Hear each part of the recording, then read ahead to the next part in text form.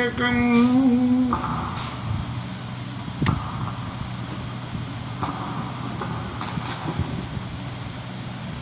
भगवान जब कभी भी पृथ्वी पे अवतार लेते हैं तो विप्रदेन सुरसंत हित इन सब लोगों के पास में एक बार जाते हैं और जाने के बाद सब लोगों को ये भरोसा दिलाते हैं कि महाराज जिनके त्रास से आप अभी तक दुखी थे उस आपके उस त्रास का अंत होने को आ गया। और अत्रि ऋषि के आश्रम पे जाके अत्रि ऋषि के भगवान ब्रह्मा ने के जो कितने 9 शायद मानसी पुत्र हैं, ये 9 मानसी पुत्र सब ऋषि रहे और इन्होंने ये भगवान की तपस्या करी और सृष्टि का विस्तार नहीं हुआ। तब मनुष्यत्व का प्रकट होकर उन्होंने जो है सृष्टि का विस्तार किया। यहाँ अत्रि ऋषि भगवान से ये वरदान मांग लिया कि चरण सरोवर नाथ जनि कवि तजे मति मोर, कि महाराज मेरी मति कभी भी आपके चरणों का परित्याग न करे, हमेशा आपके चरणों का आधार लेती ही रहे। मेरे तो आधार सीताराम के चरणारविंद, मेरे तो आधार सीताराम के चरणारविंद, राम के चरणारविंद, राघव के चरणारविंद,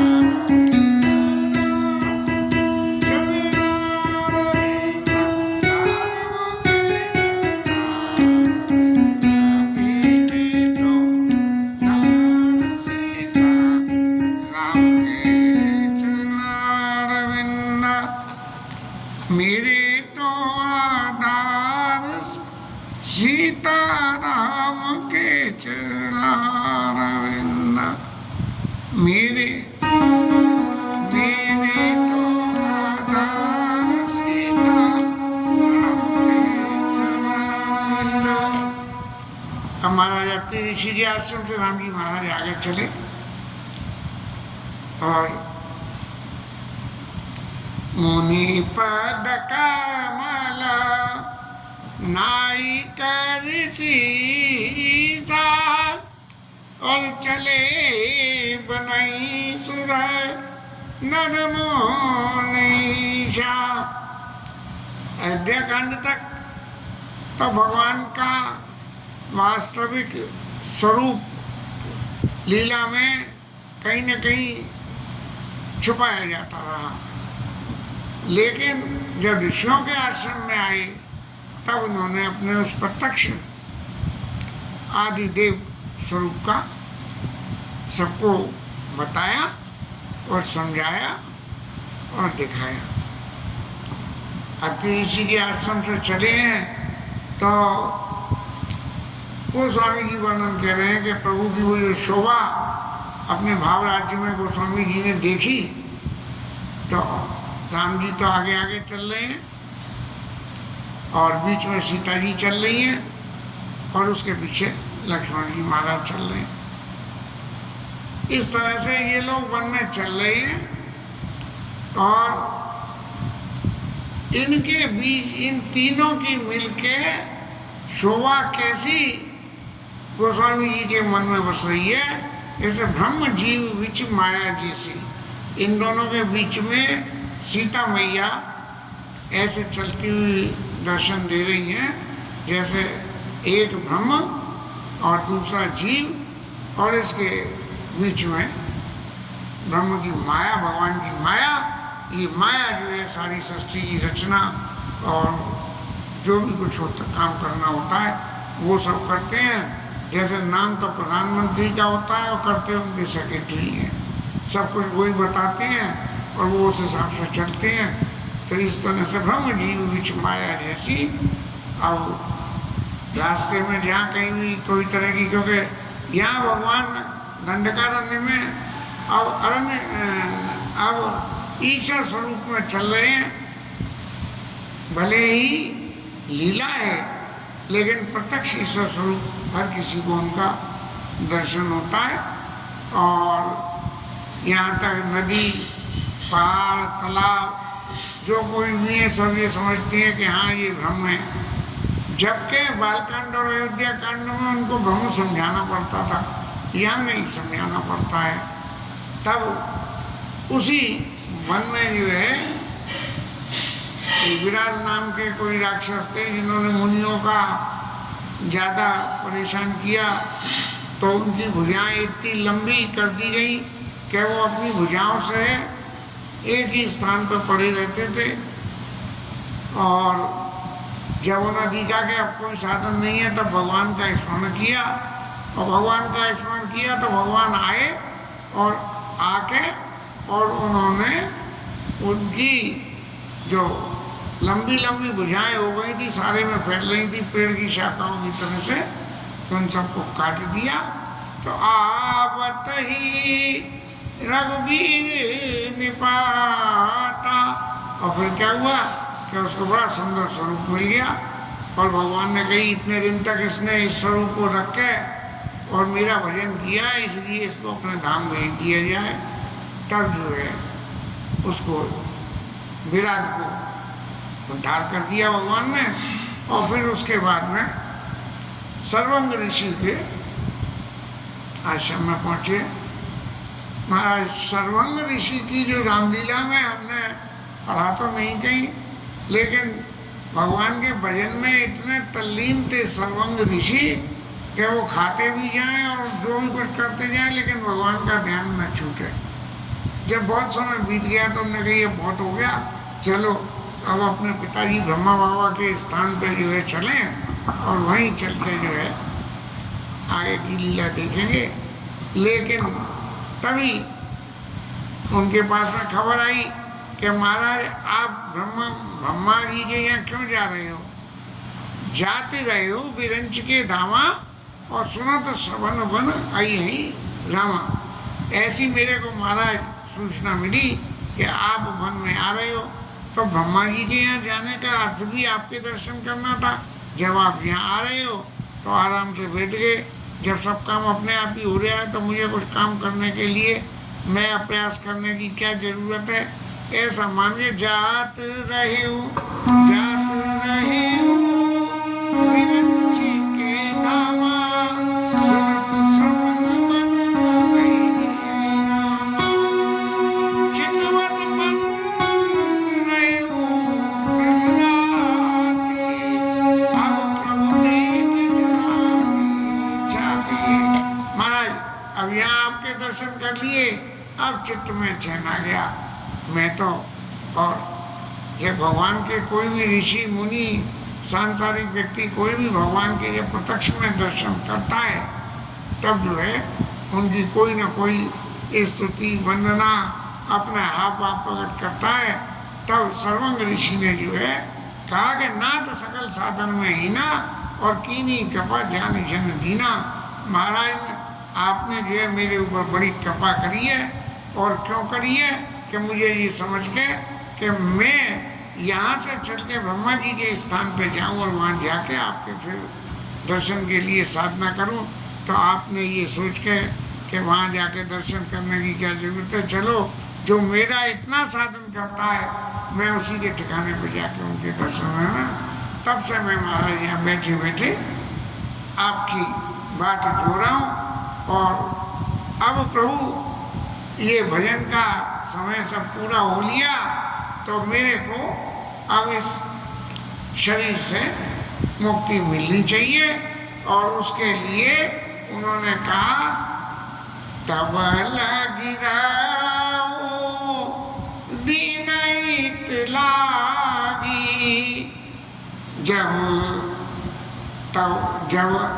जब लग मिलो तुम्हें तनु त्यागी। महाराज आप यहाँ मेरे आश्रम में आए हो तो यहाँ इतनी देर रुको जितनी देर मैं इस शरीर का परित्याग करके और आपके स्वरूप में मिल जाऊँ।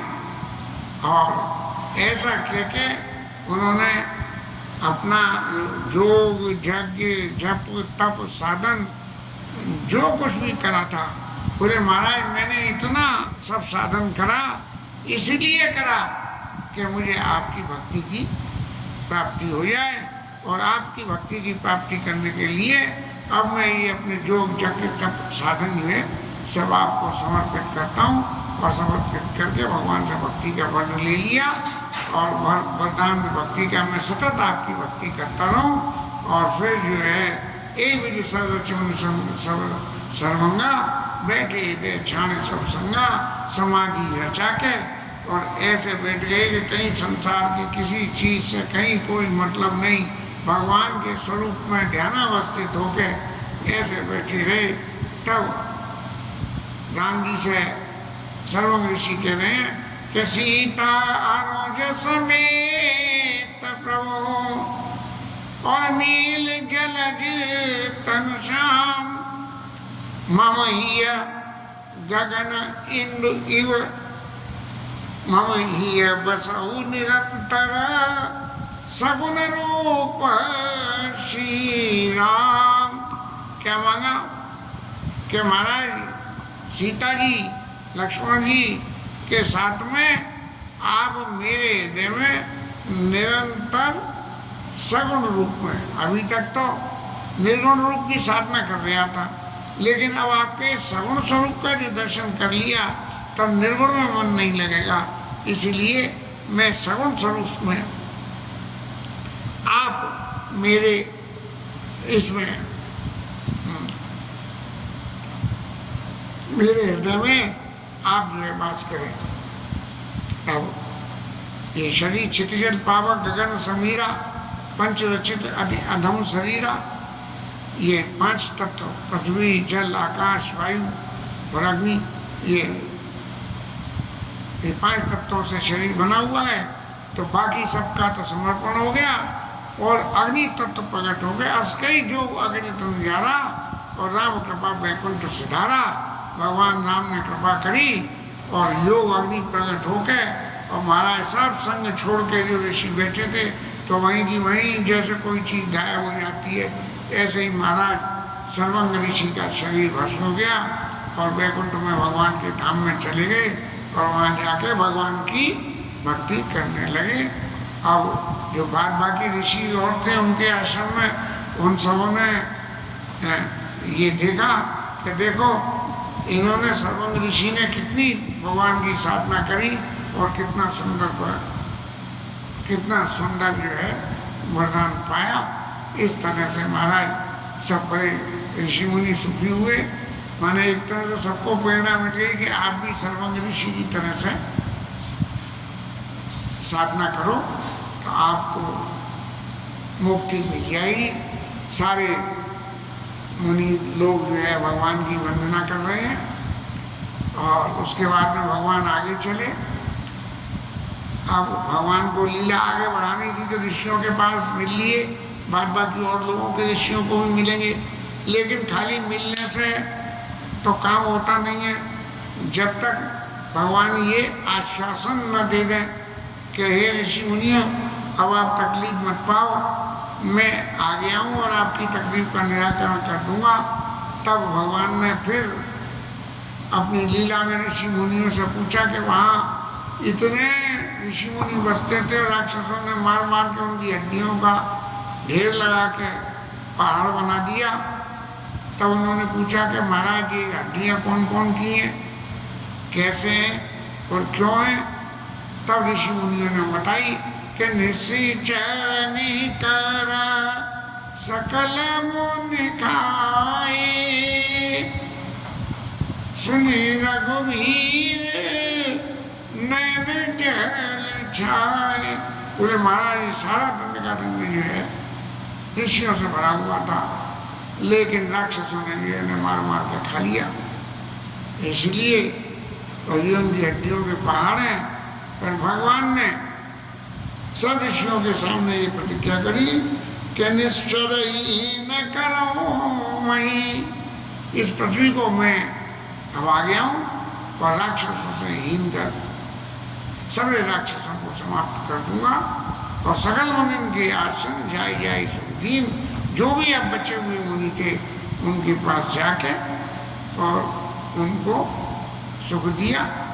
अब उनमें जिनके यहाँ गए उन ऋषियों में कुछ 2 ऋषियों की, अगस्त ऋषि की और उनके शिष्य सुतीक्षण की लीला का वर्णन यहाँ अरण्य कांड में किया।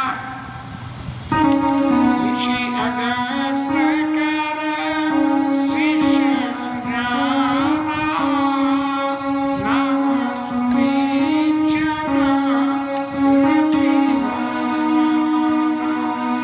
अगस्त ऋषि के शिष्य माने गए सुतीक्षण और भगवान के चरणों में रति और मति और गति, मन क्रम वचन, तीनों तरीके से जो है भगवान के भक्त और सपने वान भरोसा सेवक। कोई दूसरा देवता बोले इस पृथ्वी पे अब है ही नहीं, एक ही है कि भगवान राम ही सब कुछ है। और जब क्योंकि ये जो भगवान ने ऋषियों के आश्रम पर जाके सबसे कहिए कि निश्चयहीन करो गुजटाईपन कीन, तो ऐसे ही सुतीक्षण महाराज के पास में भी खबर पहुंची कि भगवान आए हैं और उन्होंने ऐसी जो है घोषणा करी है। तब सुतीक्षण के मन में भी आ गई कि जिनके दिए मैं सारे जन्म अब तक मैं साधन में लगाना कि कैसे उन भगवान के दर्शन हो, और वो भगवान अब जब आ गए हैं तब मन में बड़े नाम सुतीक्षण, तब अपने मन में बड़ा संकल्प लेते हुए कि अब तो राम जी के दर्शन होंगे, और इधर से उधर अपने जाने करने लग गए। मन में विचार करने लगे कि देखो वन में तो आए हैं, लेकिन क्या मेरे आश्रम पे भी आएंगे या नहीं आएंगे, और आ भी गए तो क्या महाराज मेरे ऊपर दया करेंगे? कौन सी दया करेंगे? बोलेंगे क्या मुझसे मिलेंगे? सहित अनुमोही राम गोसाई मिलिया निज सेवक, मिलिया ही निज सेवक की नहीं, ऐसा समझ के कि ये सुतीक्षण हमारे सेवक हैं, ऐसा जान के मेरे सेवक के आश्रम पे आके और यहाँ मेरे से मिलेंगे, ऐसा मन में विचार करते हुए सुतीक्षण जो है सहित अनुज मोहि राम गोसाई मिलिया निज सेवक की नाई, मोरे जी बड़े भरोसा दड़ सोई मिली आई राम, मोरे मन भरोस दड़ नाई, भगति न विरति ज्ञान मन माई। अब मैं ऐसा क्यों सोच रहा हूँ कि मुझे भरोसा ही नहीं है, क्योंकि भगवान तो भक्त को मिलते हैं और जिनके पास में वैराग्य होता है उन्हें मिलते हैं, और जिनके पास ज्ञान होता है उन्हें मिलते हैं। अब न तो मेरे पास भक्ति है, न ज्ञान है और न वैराग्य है, ये तीनों चीजें नहीं है, तो क्या हे विधाता क्या वो मेरे को मिलेंगे? और लेके नहीं सत्संग जो जब जागा, मैंने जीवन में कोई सत्संग जो जप यज्ञ कुछ भी नहीं करा है, नहीं दरअसल कमल अनुरागा। यद्यपि गोस्वामी जी ने कही है कि सपने वान भरोसा न देवक, दूसरा कोई देवता नहीं है, लेकिन फिर भी सुतीक्षण जी अपने आप को हीन मानते हैं और कहते हैं नहीं जड़ चरण कमल अनुरागा, महाराज राम जी के चरणों में जड़ अनुराग मेरे को नहीं है, इस तरह से। लेकिन प्रभु एक बार करना निधान की, सो प्रिय जाके गति न आन की। बस अब मुझे तो एक ही बात से भरोसा होता है कि जिसको कोई किसी दूसरे की गति नहीं है, इसलिए राम जी मेरे पास आएंगे, मैं उनके दर्शन करूंगा और उनके दर्शन करके मेरे लोचन जो है सफल हो जाएंगे। इस तरह से मन में विचार करते करते, जैसे हम सोते हुए कोई संकल्प कर रहे हो और फिर रात को उसमें स्वप्न में उनकी सारी क्रिया हमें दर्शन हो, ऐसे ही महाराज सुतीक्षण को ये राम जी के कहे राम जी आएंगे, राम आएंगे आएंगे राम आएंगे, मेरी तपस्या के भाग आज खुल जाएंगे, राम आएंगे।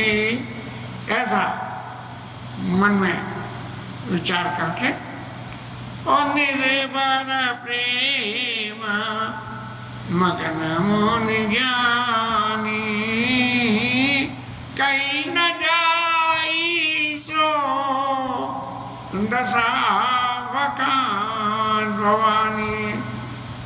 महाराज सुतीक्षण भगवान के सपनेवान भरोसा देवक वाली बात स्थिति थी, तो इतने निर्भर प्रेम में मगन हो गए। बोले अब तो मुझे तो एक ही बात है कि सो प्रिय जाके गति नान की, मेरे कोई दूसरी गति नहीं है, बाकी मेरे पास कोई साधन है या नहीं है, लेकिन भगवान निश्चित रूप से मेरे पास आएंगे, मेरे नेत्र सफल होंगे।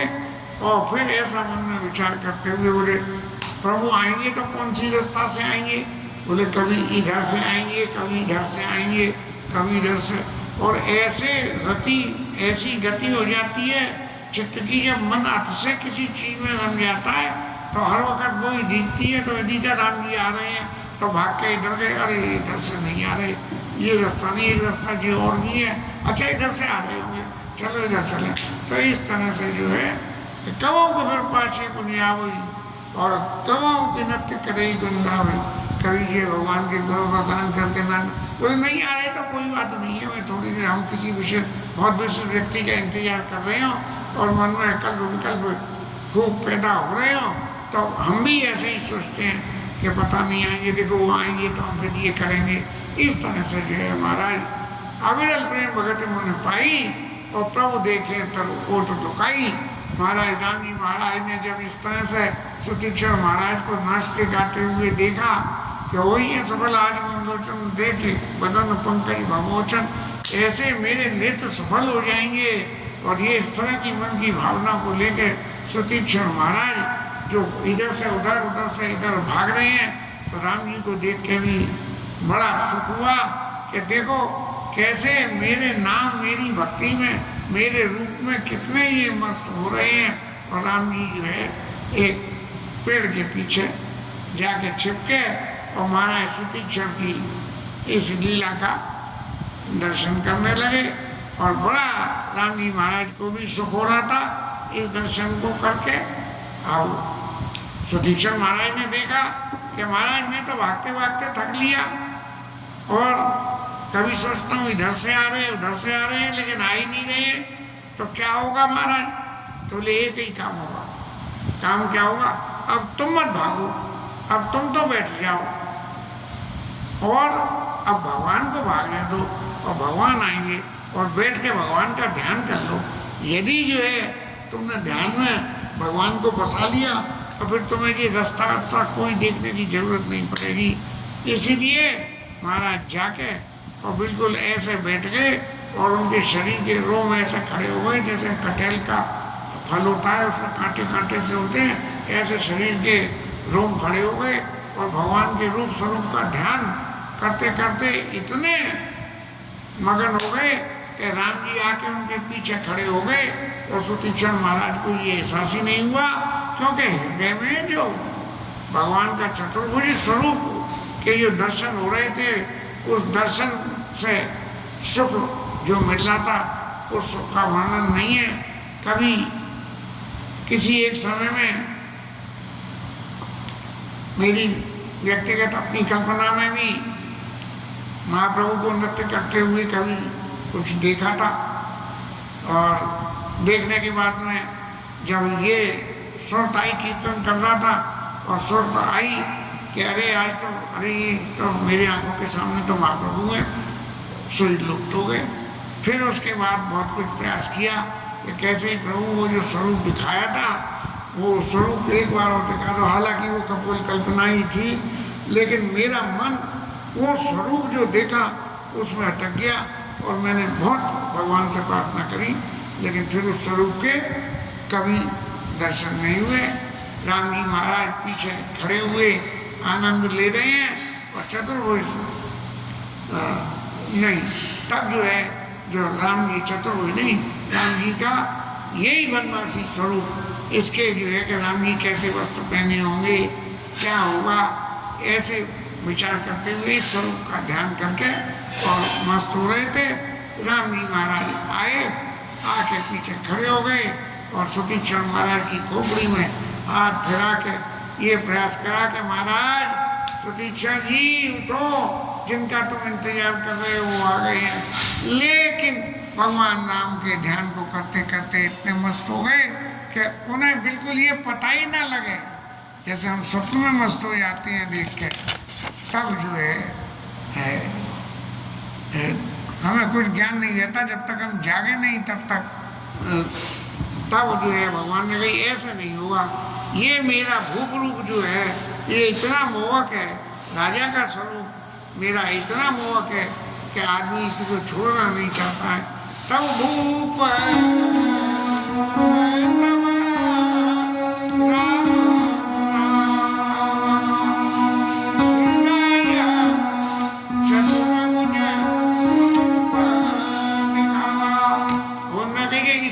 बहुत सुख है, तो जिस रूप में सुख नहीं है, जिसे देख के जीव के हृदय में मेरी प्रभुता आ जाए। अभी तो वो अपने सेवक अपने स्वामी की तरह से दर्शन कर रहे हैं, जब जगत के स्वामी की तरह से दर्शन करेंगे और ये दर्शन इनके चित्त से छूट जाएगा, तब ये दर्शन छूट जाने से इनको जो है मेरे रूप का दर्शन, असली स्वरूप का दर्शन होगा। तो वो असली स्वरूप ही दर्शन करा दो, तो हृदय चतुर्भुज रूप दिखावा। लेकिन जो सुख भगवान के भूप रूप में था, वो चतुर्भुज रूप के दर्शन होते ही एकदम अकला के उठ गए कि अरे प्रभु कहाँ चले गए, कहाँ चले गए। और इस तरह से देखते हुए देखा तो आगे जो है राम जी खड़े हुए हैं बस, और बिल्कुल भगवान को देखते ही उनके चरणों में साष्टांग प्रणाम करके और ऐसे उनके गले में जाकर लिपट गए। और उस शोभा का वर्णन करते हुए गोस्वामी जी ने मूली मिलत अस सो कपाला और कनक तरुई जन भेंट तमाला। तमाल का वृक्ष ये तेज पत्ता जो होता है, तो इसके जो कच्चे पत्ते होते हैं उनमें बड़ी मोहकता सफेदी होती है, सूख के तो हरे और सफेद रंग मिलना ऐसे हो जाती हैं।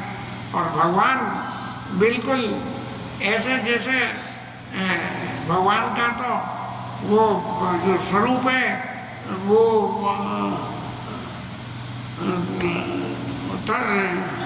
कनक तरुई जनी भेंट तमाला, सोने के समान कांति वाला भगवान का शरीर और उनके बराबर में सुतीक्षण महाराज जैसे तेज पत्ते का पेड़ हो, उसमें चमक नहीं होती है, तो वो ये एक बहुत चमकती हुई चीज के साथ में एक बिल्कुल बिना चमक की चीज लगी हुई हो, ऐसा दर्शन जो है सुतीक्षण महाराज और राम जी के मिलने का अवरा गोस्वामी जी ने जो अपने भाव राज्य में दर्शन करी है। तब जो है सुतीक्षण महाराज भगवान के सामने हाथ जोड़ के खड़े हो गए और ऐसे हो गए मानो मानो मांझी चित्र दिखे काला, जैसे एक टक आंखों को बांध के और भगवान का ऐसे दर्शन कर रहे हैं जैसे कि सुतीक्षण महाराज का चित्र खड़ा कर दिया गया हो और राम जी प्रत्यक्ष में है। राम वदन बिलो के मन ताड़ा मानव चित्र मांझी लगी काला। तब मुनि हृदय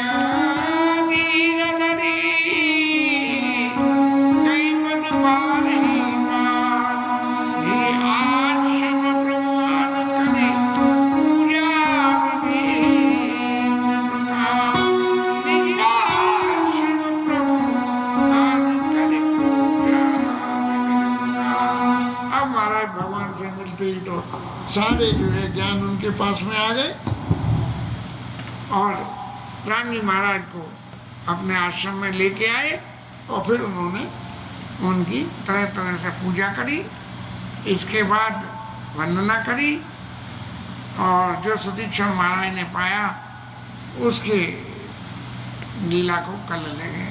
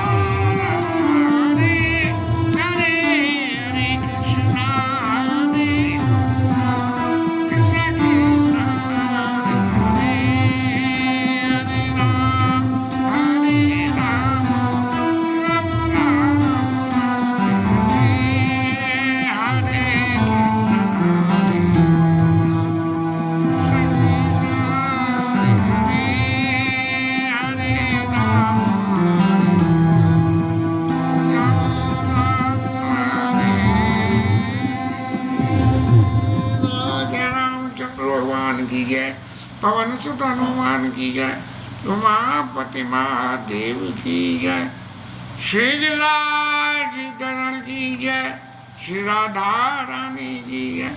जय जय श्री